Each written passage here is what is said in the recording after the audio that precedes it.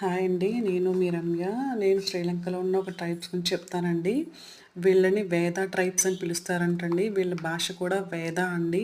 అంటే శ్రీలంక లాంగ్వేజ్ కూడా మాట్లాడతారు.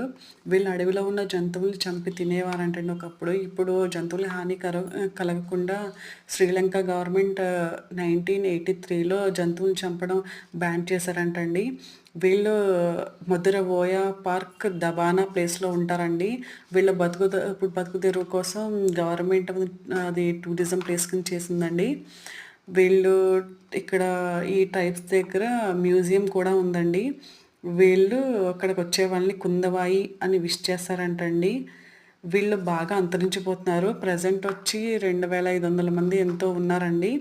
ఈ మ్యూజియంలో చూపించిన ఫొటోస్ అన్నీ 1886లో తీసారంటండి.